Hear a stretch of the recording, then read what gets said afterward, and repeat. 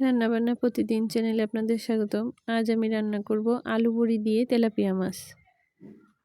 তার জন্য প্রথমে তেলাপিয়া মাছটাকে ভেজে নেব।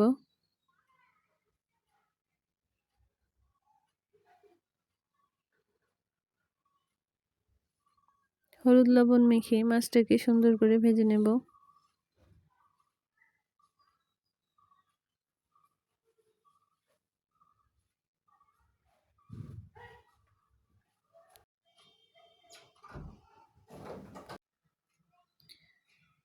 মাছটা ভাজা হয়ে গেছে, এখন আমি ডালের বড়িগুলো ভেজে নেব।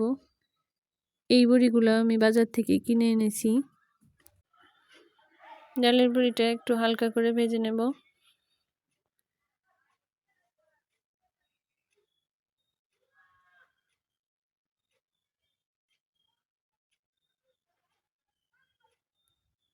এখন আমি তেলের মধ্যে একটু মৌরি ফোড়ন দেব। এই মাছটা মৌরি ফোড়নে রান্না করলে খেতে বেশি স্বাদ হয়। সামান্য একটু পেঁয়াজ কুচি দিয়ে দিলাম। পেঁয়াজটাকে একটু হালকা করে ভেজে নেব।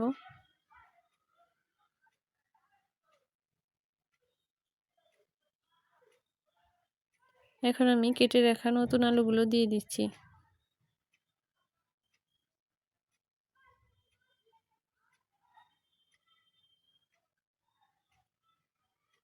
আলুটা দিয়ে কিছু সময় ভেজে নেব।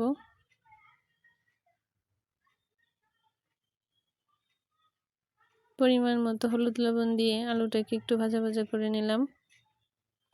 এখন একটু সামান্য পরিমাণে গুঁড়া মশলা দিব, একটু জিরার গুঁড়া ও একটু শুকনো মরিচের গুঁড়া।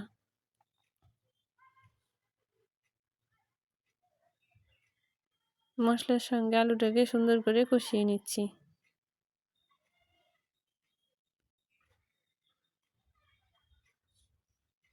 এখন আমি 2টা টমেটো কেটে দিয়ে দেব।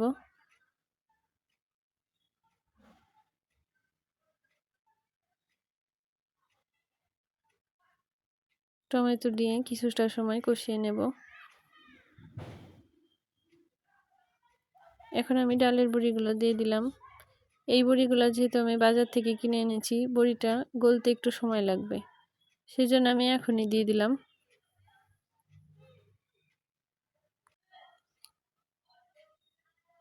বড়িটা দিয়ে কিছু সময় কষিয়ে নিয়েছি। এখন আমি ঝোলের জন্য জল দিয়ে দেব।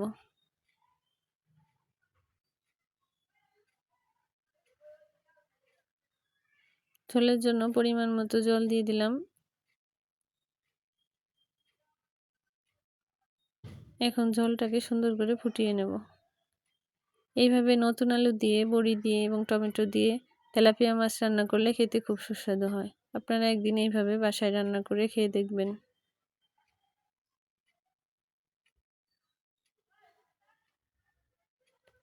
ঝোলটা ফুটে গেছে, এখন আমি ভেজে রাখা মাছগুলো দিয়ে দিলাম। মাছটা দিয়ে এখন কিছু সময় জাল করে নেব। এই মাছের ঝোলটা রান্না করতে বেশিটা সময় লাগে না, খুব তাড়াতাড়ি হয়ে যায়। এই দেখুন, কিছু সময় জাল করে নিয়েছি। আলু বড়ি এবং টমেটো দিয়ে তেলাপিয়া মাছের ঝোল তৈরি হয়ে গেছে। দেখতেও যেমন সুন্দর হয়েছে, খেতেও খুব সুস্বাদু। এইভাবে মাছ রান্না করলে খেতে খুব সুস্বাদু হয়।